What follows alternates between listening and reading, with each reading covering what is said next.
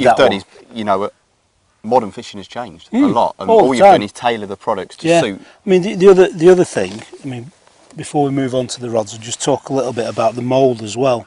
We've done a mould for them, and obviously both feeders fit the mould. Yep. I'll just put the mould phenomenon. I'll just put a hook bait on this, so you can see. Just while you're doing that, what about the weights? The weights, how many? The weight, they come in 15, 30, 45 and 60 grams. Oh, lovely. So there's nothing that you can't cope with there. Well, as you know, a lot of anglers these days are gluing extra lead onto the bottom to up the weights. It's not good. You just need it as an integral part. Yeah. So the mould then. You've got your hook bait there. You've got your mould. Now, the other advantage about this style of feeder and this one, where I've left a big gap in the feeder, so that your hook bait can go in. Traditionally, when you've used the mould before, you put in your hook bait in. You put your hook bait in. You cover it up with pellets. You turn it around, squeeze the mould, and it pops out. Yeah. So it's like a cherry on top of the cake sort of thing. So you've got a cherry on top of the cake, like that, easy. Just take that off. Now, what you can do with this, if the fish are feeding aggressively and they really want to attack your feeder, what I've found is you fill your mould up first. Yeah. You put this in. Just put your hook bait on. Fold it over. Now your hook bait on this is right next to your feeder. Yeah. So you're burying it right underneath all the feed. It's buried right underneath the feeder. So what advantages it gives you? Fish attack it. They get confident, and then they get your bait. Yeah. Yeah. Yeah. So it's in your bait. Now you couldn't do that if all the hoops were going over the feeder. No. You couldn't do that. You get your hook bait trapped underneath. Your hook bait could be trapped. Hook could be over the loops and everything. Yeah. Now with that's what you can do. I did also just think, obviously there's a raised lip around here as well, so it will act like a stop for the bait. Yeah, so it almost almost a stop for the bait. And also, if you look at the holes in the side, they help key the bait in. So you've just still got this amount of I don't know what you call it really, just so somewhere for the bait to key in and stay there for as long as it takes for you to cast it. Yeah, because bait doesn't stick very well to sort of flat surfaces and things like that. Before we move on to the rods, Ricky, there was a couple of other key questions I wanted to ask you about the feeders and the mould. What about the depth of the mould? That's a really important point. Well, one other thing that my sort of view on method feeder fishing is, on a feeder like this, the objective exercise is to get as much bait in as small an area as possible. So I've seen a lot of other things that are about, and how people have done moulds, and I wanted mine to be quite deep, so you can get a lot of pellets in and you can compact them tight into a small area, rather than have a really shallow mould that only takes a few pellets and you can't really compact it tight. And obviously, with the mould being very flexible in all sorts of directions, you can actually squeeze the mould and get them really tight onto that method feeder. So if you look at this, put the pellets in, you can see how actual deep it is. You're putting a lot of bait on there. Put your hook bait in, fold it over, and then squeeze it really tight. Yeah? Yep. And then and the mould just distorts out. So you can see you're putting a lot of pellets there. Compacted a lot of pellets onto a small area, which I think's right. Yeah. I mean, I don't know what other people think. You can always put less in. Well, I know a lot of the top match anglers are almost double skinning it, meaning they're moulding it once and moulding it again, twice, so it's a double process. With you this, don't need to do this with this. And what about the actual size of the feeders? I know you've got 4 weights. There's going to be 2 sizes. This is going to be what we call the medium size one. Just take that off. Pull that off, as you can see. It sticks on quite well when you've. Those ribs are just holding it. Those ribs are holding it on, and it's really in properly tight. This will be the medium one, and there'll be one larger than this. slightly larger. I don't really see the need to go any smaller than this, to be honest. The larger one will have a mould as well, yeah? The larger one will have a mould as well. Same sort of principle, same sort of depth, so you can compact a lot of bait onto a small area, as small an area as you possibly can. Yeah. Not have a large area with a bit of bait on. Yeah, got you. Which I don't think's right. Well, I know you spent a lot of time perfecting these rods, so how about we take a look at the extra special little edges that you put in? All right, do that now then.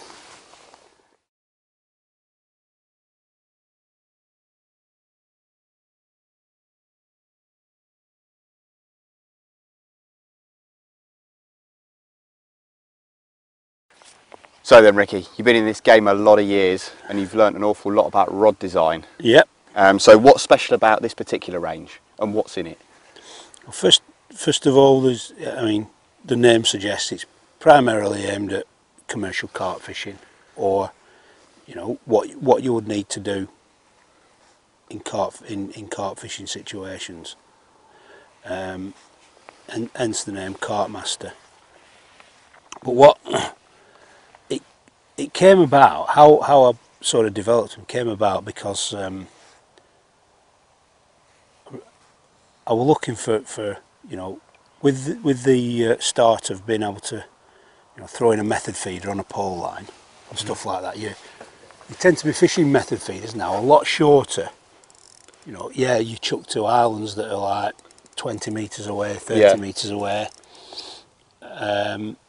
But also now you might chuck a method feeder down the margin. Yeah.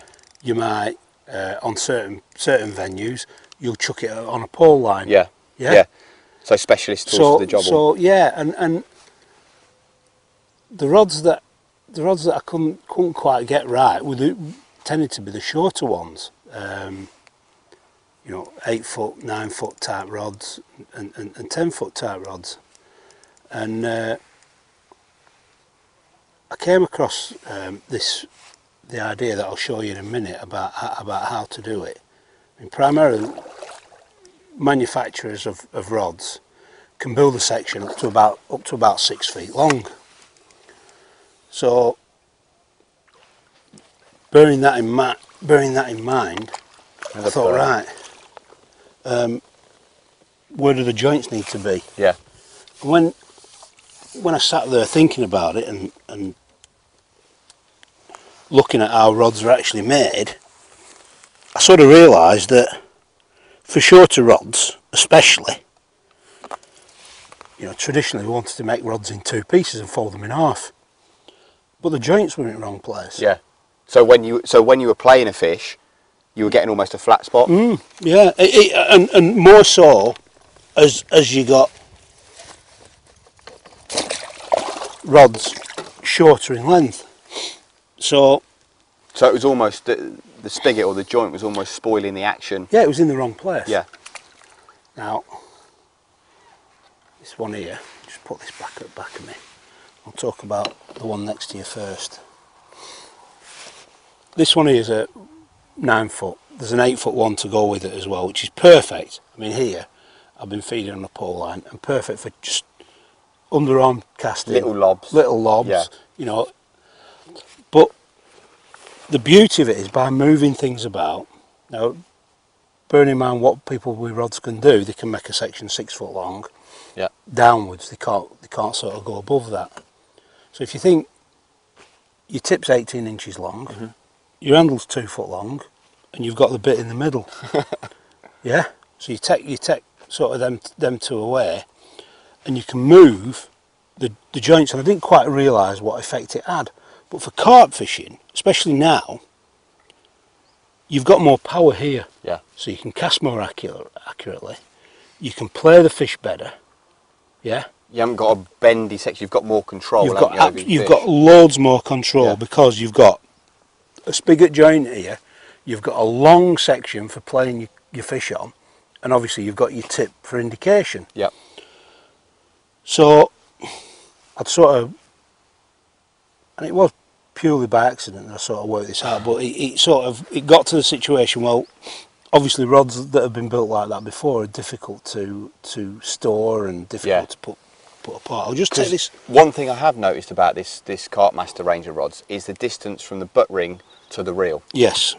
I presume that's what you're just going to... I'm just going to show you now. Just take this feeder off. Yep. As though I was going to actually put the rod away. Clip it off my hand. Yeah. Yep. So we've got 3 sections. You've got 3 sections, just like you would have with any other rod, but we've moved things about for a reason. If you think about it, you want power in the butt, you play or cast with the middle part, and the tip is there for indication. So you've got 3 distinct jobs almost, that the rod has to do in certain areas. Now, if your rods are in 2 parts, and you collapse them down, your tip, if it's been left in your bag for a week or it's under tension, takes a set. Yeah. If it's a glass tip, and you come back and you look like you permanently got a bite with you. So what you do with this, you take it down, take your tip off, wind your line up. So first of all, your tip is never under tension when you're storing it away. So it's perfect, it'll come out straight every time. Yeah? Now that's something a lot of anglers probably don't even realise. No. So it's perfectly straight when you come to fish with it next time. And you mentioned about the rod, the first guide being here. And what I wanted to do is to try and make it less awkward than it was before to store it. So the butt ring almost lines up perfectly with the spool. On all the rods lines up with the front of the spool. So now all you need is some mechanism to put these together. And this is what I refer to as the plug. The plug. Yeah, this is what I came up with. And it's a piece of EVA. And basically, you slide your rod in there. Yep. So let's have a look at that in its finished state then. And it's job done. No bands, no messing. No, you don't need any bands. You don't need anything like that. And if you just want to tighten it up or tension it a bit, all you need to do is just twist it like that. Oh, and it draws the sections. And it draws the sections together. So you straight in the rod bag. Straight in the rod bag, done. No chance of anything getting broken. No chance of anything getting broken. It's perfect. And all because things are in the right place on the rod. Yeah. And you might say, oh, it's just a way of putting it together, but in essence, when you get there, when you've had your rods in a bag for a week, and your tip comes out and it's bent, and it's not right, you don't want that. So your tip's always straight. The guides are always in the right place in reference to the length of the butt. Yeah. But also when you're actually playing a fish, and especially caught with short rods, I mean basically all we've done in the past is sort of stepped up what were traditionally bomb rods. Yeah. In the 10 foot, 9 foot, whatever it may be. They've now become the main tool. But with this, they have. Yeah. But with this range of rods, especially the feeder rods, you've now got everything where you want it on the rod. You've got more power in the butt to help you cast, to help you play fish bigger. Because I mean, you come to somewhere like this, one cast you might catch a skimmer a pound. The next one it'll be a carp 10 pound. Yeah. And that power here is helping. And that power here helps you. You've still got the playing action, so that your hook doesn't pull on the skimmers, but you've got the power here to be able to keep that carp under control. Yeah. And all of them are the same. The 8 foot, the 9 foot and the 10 foot version have all been built on that principle. So you can all break them down, you can put them like this. I mean, there's a dedicated 12 foot method feeder rod as well, which is for like casting 50, 60, 70 yards, which is done on the same principle. Power in the butt, fish playing action in the middle, and obviously your bite registration in the tip. And what about tips? Does it come with a variety? Comes with 2 tips. Each rod comes with 2 tips, a 3/4 ounce and an ounce one. Okay. Yeah. Yeah, brilliant. So just briefly summarise the Carp Master range for me then. We've got an 8. You've got an 8 foot, in the feeder rods, you've got an 8 foot, a 9 foot and a 10 foot. Obviously the 8 and 9 foot are for what I would call either fishing down your margins or underhanding to a pole line, or fishing islands up to 25 metres. Yeah. After that, and the rung like this with these guides because I think these are the right guides. You don't want it too free flowing.